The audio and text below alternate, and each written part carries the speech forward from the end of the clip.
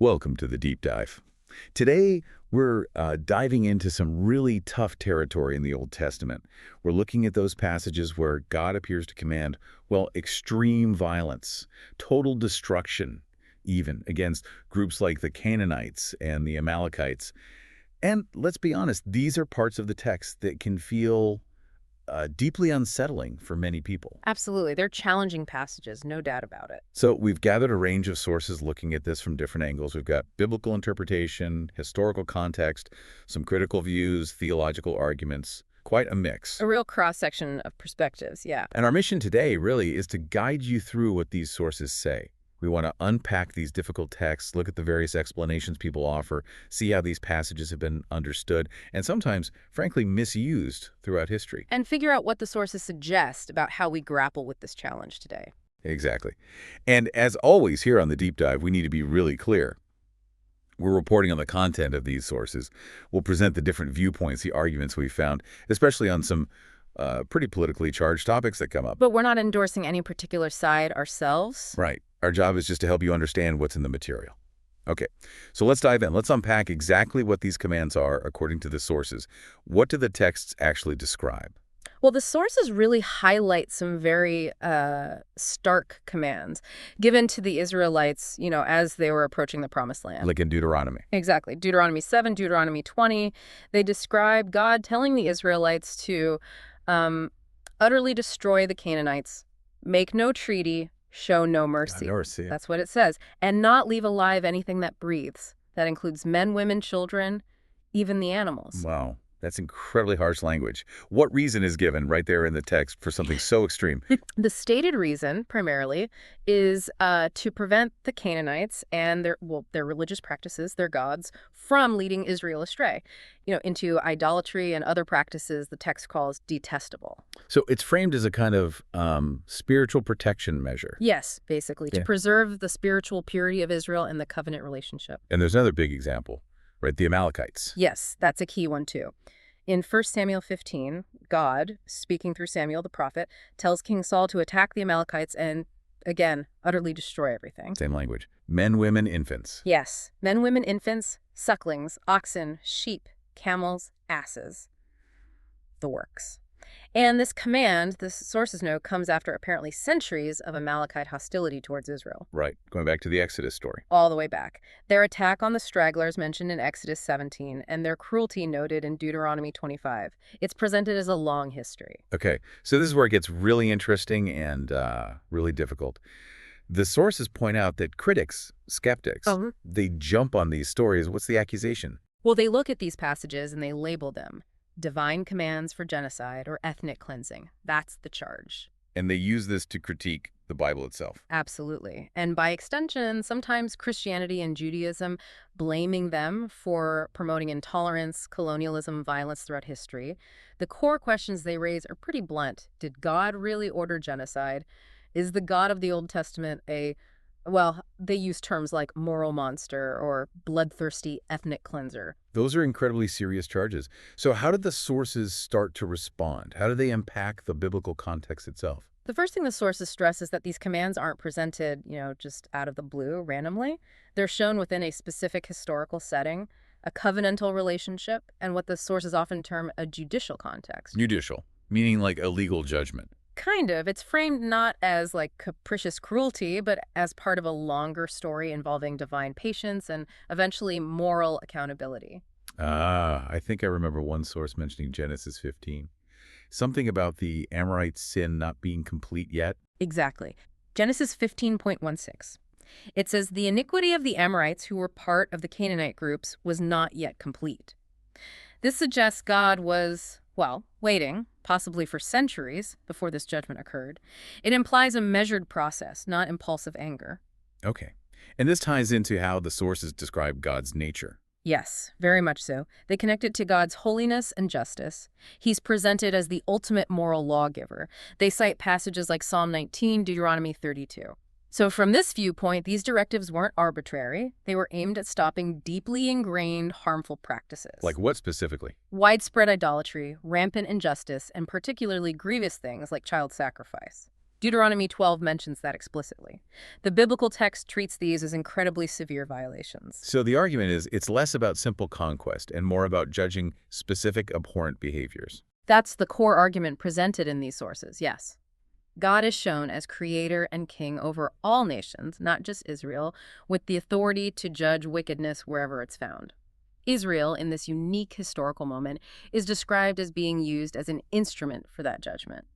But weren't other nations used that way too? And judge themselves later? Good point. The sources do mention that, like Assyria being used to punish Israel in Isaiah 10, but then Assyria itself faces judgment later. So Israel wasn't the only instrument, and being an instrument didn't give them a free pass. And didn't Deuteronomy 20 make some distinctions in warfare rules? It did. It differentiates. For cities far away, the command was to offer peace terms first. But for the cities within the Promised Land, the command was different. It was specifically directed at those groups described as deeply entrenched in idolatry and practices like human sacrifice. And the reason, give it again. Deuteronomy 20.18 states it explicitly, so that the Israelites wouldn't learn to imitate those detestable things. It keeps coming back to preventing moral and spiritual corruption. Okay, so that's the context drawn from within the biblical narrative itself. But still, those commands utterly destroy, leave nothing alive. They sound so absolute. The sources talk about attempts to maybe soften or explain that language. What are some of those? Well, one angle mentioned comes from archaeology. Some archaeologists point out that the evidence on the ground doesn't necessarily show a complete, total wipeout of the population across the board, exactly as, say, Deuteronomy commands or Joshua sometimes describes. And the book of Judges even says God left some Canaanites there, right? Yeah. To test Israel. Exactly. Judges 3 says that. So this leads some biblical scholars, according to the sources, to suggest maybe the language of destruction isn't meant to be taken completely literally in a demographic sense. What do they suggest it is then? Possibly hyperbole, or a kind of rhetorical convention, an idiom common in ancient Near Eastern war accounts. You know, language signifying a decisive military defeat, the overthrow of the existing power structure, the dedication of the spoils or the enemy to a god, rather than necessarily meaning every single person was killed. So, like saying we obliterated them might mean we won a crushing victory. Something like that. They point to the term harem, often translated utterly destroy. In other cultures of the time, this word indicated something devoted, set apart for a deity, often through destruction as part of a sacred act or judgment. It's argued this is different from our modern concept of genocide or just regular warfare. Thinking of it as a ritual act of judgment, maybe using deliberately strong language. That's one interpretive path some scholars in the sources explore. They also circle back to God's patience, that 4-century wait mentioned in Genesis. And the idea of divine equity you mentioned. Right, that gets brought up too. Leviticus 18 warns Israel that if they commit the same immoralities as the Canaanites, the land will vomit them out as well. This suggests, the argument goes, that the standard wasn't purely ethnic, but behavioral. God holds Israel accountable too. Were there examples in the text of Canaanites not being destroyed? Yes, absolutely. Rahab is the classic example. A Canaanite woman in Jericho, spared because she expressed faith and helped the spies. And the Gibeonites, another group, who sought peace and were spared, though under certain conditions. So these exceptions are used to argue it wasn't just about ethnicity. Exactly. The sources use them to argue the judgment targeted rebellion, wickedness, and refusal to repent, rather than just someone's background. Okay, these explanations add layers, context. Yeah. But I recall one source acknowledging that for some readers, these explanations can still feel, what was the phrase, a little pleading.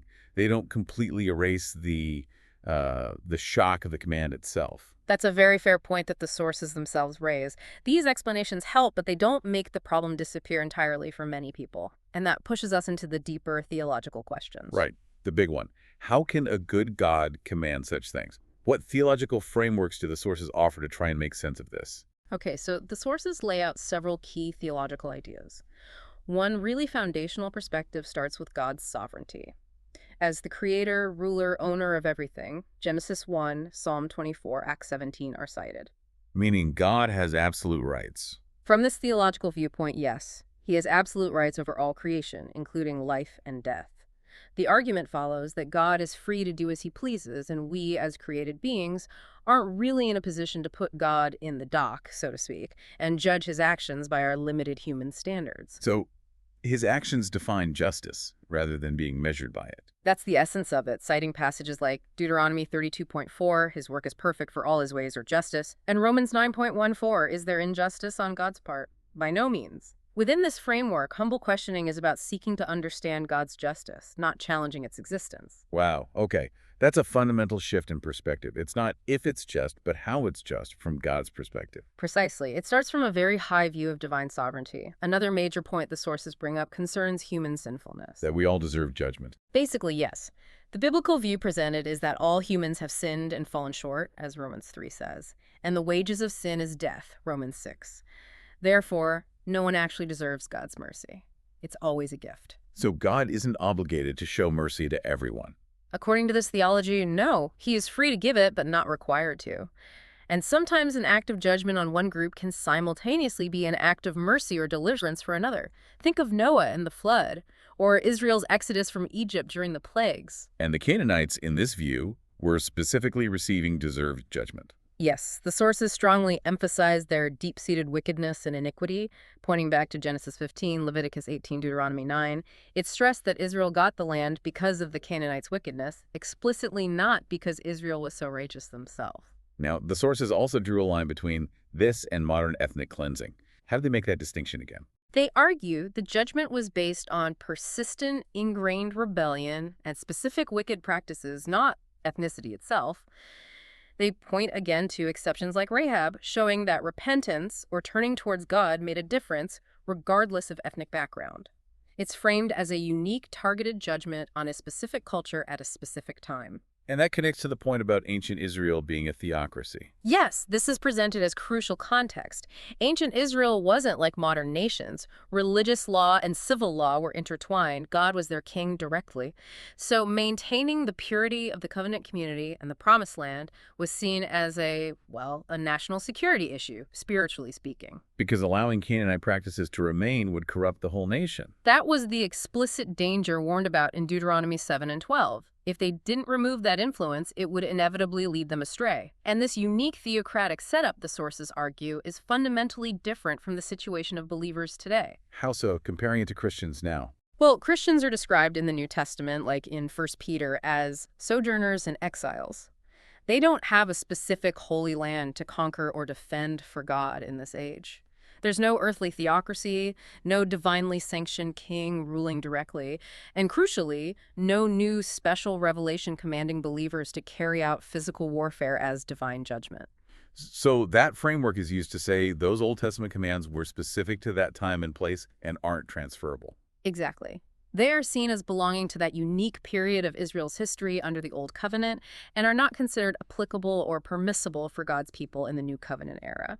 And one source adds another interpretive layer here, suggesting the destruction of the Canaanites served as a kind of picture or foreshadowing. Foreshadowing of what? Of the final judgment. The idea is that these temporary, localized judgments in the Old Testament point towards the ultimate universal judgment that Christ will enact at the end of history.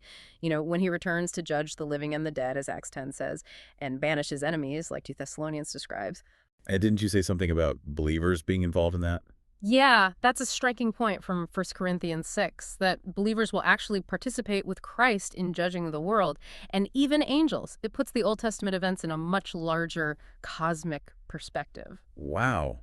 Okay. That's a lot to take in. What about the difficult issue of collective versus individual guilt? The commands targeted whole groups. Yeah, the sources acknowledge this is really complex for us today. In the Old Testament world, community identity was incredibly strong.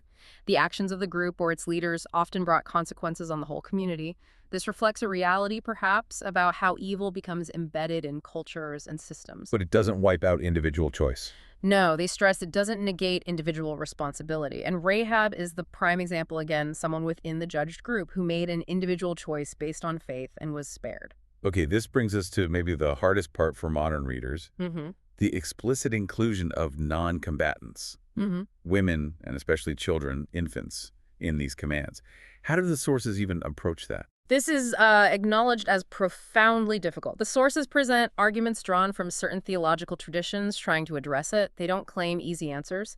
For women, while not soldiers, some sources point to incidents like the one in Numbers 25, suggesting women weren't always passive bystanders, but sometimes actively involved in leading Israel into idolatry and immorality. But the children, infants. This is where the theological arguments get, well, very stark. One line of reasoning, based on interpretations of passages like Psalm 51 about being sinful from birth, argues that, in a theological sense, before a perfectly holy God, no human is truly innocent, even infants, due to inherited sin from Adam. Okay, that's a heavy theological concept. It is. And from that premise, the argument continues that God, as the sovereign creator who gives life, also has the ultimate right to take life. Additional points are sometimes made, like perhaps leaving children orphaned in that brutal ancient world would have been even crueler, likely leading to starvation, slavery, or death anyway. Or that they grow up hating Israel and continuing the pagan ways.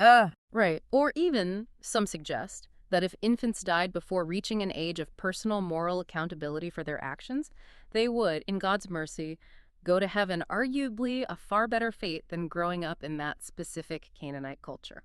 These are definitely challenging arguments. Yeah. They seem to require accepting a very specific, and perhaps for many difficult, theological framework about original sin and God's absolute rights. They absolutely do. It's crucial to understand these are attempts within certain theological systems to provide an explanation found in the sources we reviewed. They aren't necessarily presented as easily satisfying answers for everyone. Is there any other way the sources try to bridge this difficulty? You mentioned an analogy. Yes, one source brings up an analogy attributed to an early church father, St. Irenaeus. What's the analogy? It compares God's relationship with humanity to a father raising children. The idea is that God dealt with humanity differently at different stages of its development. He might have treated an ancient, tribal people, considered less mature in their understanding, with sterner, more direct, even harsh measures when necessary, like a parent might use stronger discipline with a younger child. So the idea is God was gradually educating humanity. Kind of, gradually elevating understanding over time, adapting his methods to their capacity, without actually contradicting his own nature, but respecting where they were at in their historical and cultural development. It's presented as one way to understand the perceived differences between Old and New Testament depictions of God's actions. Seeing as different stages of God's dealing with humanity. Interesting. It's another perspective offered in the sources, yes. Okay, so we looked at context, softening interpretations, deep theological frameworks, but the sources also highlight something really disturbing: how these specific passages have actually been used throughout history. Often, it seems, to justify terrible violence. Yes, this is a really critical and frankly chilling part of the material. It's one thing to debate the meaning in ancient context. It's another to see how these texts have been pulled out and applied later. The sources document numerous instances. Can you give us some examples the sources cite? Well, they point to the First Crusade. Pope Urban II, according to some accounts, explicitly compared the Muslims the Crusaders were fighting to the Amalekites, essentially framing the crusade as a divinely mandated act of destruction, like Saul was commanded to carry out. Wow. And did that continue? Using Amalek as a label? Apparently so. During the Reformation, the sources note that figures like Martin Luther sometimes refer to Jews as Amalek, and some Calvinists apparently applied the label to Catholics they opposed.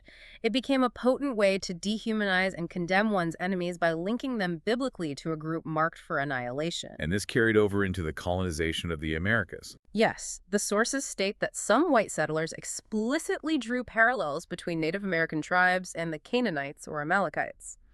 This biblical framing was used, horrifyingly, to help justify displacing them, taking their land, and committing violence, sometimes connecting it to ideas like manifest destiny. That's deeply disturbing. Does it continue into more recent history? The sources mention the Middle East? They do. They cite specific instances, for example, mentioning that some leaders in the Yishuv, the pre-state Jewish community in Palestine, and later some Israelis during the 1947-49 war, reportedly invoked the Amalek command when discussing or justifying the expulsion or flight of Palestinians. Yeah, very recently. Yes. The sources note that a reference made by Israeli Prime Minister Benjamin Netanyahu to Amalek in the context of the current conflict with Palestinians in Gaza was specifically cited by South Africa in its genocide case against Israel at the International Court of Justice.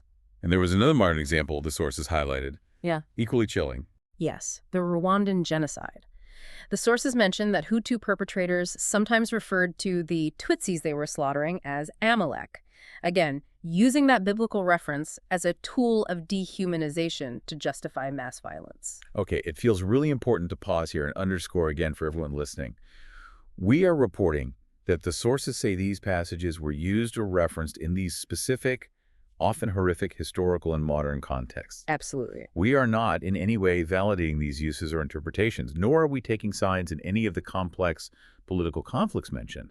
We're simply presenting the information found in the sources about how these ancient texts have been invoked over time. Precisely. And it starkly illustrates the potential danger when texts intended for one specific ancient context are lifted out and applied wholesale to completely different situations, often with devastating consequences. Right. So bringing this all together, connecting it back to the broader scriptural narrative, how do the sources ultimately position these difficult passages within the larger biblical story? Well, the sources argue that even these challenging accounts serve a purpose in the larger narrative.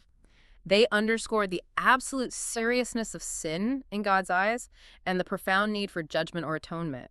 And ultimately, they point forward. Forward to Christ. Yes, they point towards the necessity and the reality of Christ's sacrifice, described in places like Isaiah 53 and Romans 3 as the ultimate solution to sin.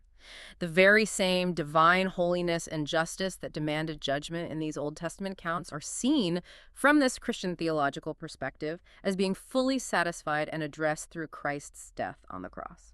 And what about Jesus' teachings, like loving your enemies, his kingdom not being of this world? How does that fit? The sources generally present Jesus' teachings and the nature of his kingdom, which is explicitly not advanced by military force, not as a contradiction of the Old Testament God, but as the completion and revelation of God's ultimate purpose and moral character. It's seen as the culmination of God's plan. So not erasing the Old Testament, but fulfilling it and revealing its deeper meaning. That's the perspective offered, showing the fullness of God's plan, which involves both his severity towards unrepentant sin and his immense kindness and mercy, perfectly balanced in Christ. So wrapping up, the sources conclude that the biblical record, taken as a whole, presents a God who is portrayed as just, incredibly patient, but also deeply concerned with confronting and ultimately eradicating sin. And while these specific commands remain deeply unsettling, They are consistently placed by these sources within a very particular historical, covenantal, and theocratic context, emphasizing God's compassion, his long patience, and a forward-looking plan that finds its ultimate answer in Christ. Highlighting, as one source put it, referencing Romans 11, both the kindness and the severity of God. okay, so after exploring all of this, what does it mean for you listening right now? We've journeyed through these really challenging commands for destruction in the Old Testament. We've looked at the reasons given within the text itself, the different ways people have tried to interpret or explain them theologically. And, maybe most disturbingly, we've seen how these ancient passages have been pulled out and invoked throughout history, sometimes used to justify horrific violence and oppression. So considering everything the sources discussed, God's justice, his holiness, his patience, the context of ancient Israel, the ultimate plan pointing to Christ, and holding that alongside the documented history of these texts being misused to fuel real-world atrocities. Here's a final provocative thought we want to leave you with, to wrestle with. How does grappling honestly with the sheer difficulty of these specific biblical accounts shape your understanding of divine justice, of human responsibility when interpreting sacred texts? And what does it tell us about the profound, maybe even dangerous power again? Ancient writings can hold capable of being sources of moral guidance or instruments of terrible harm, depending entirely on how they are understood and applied.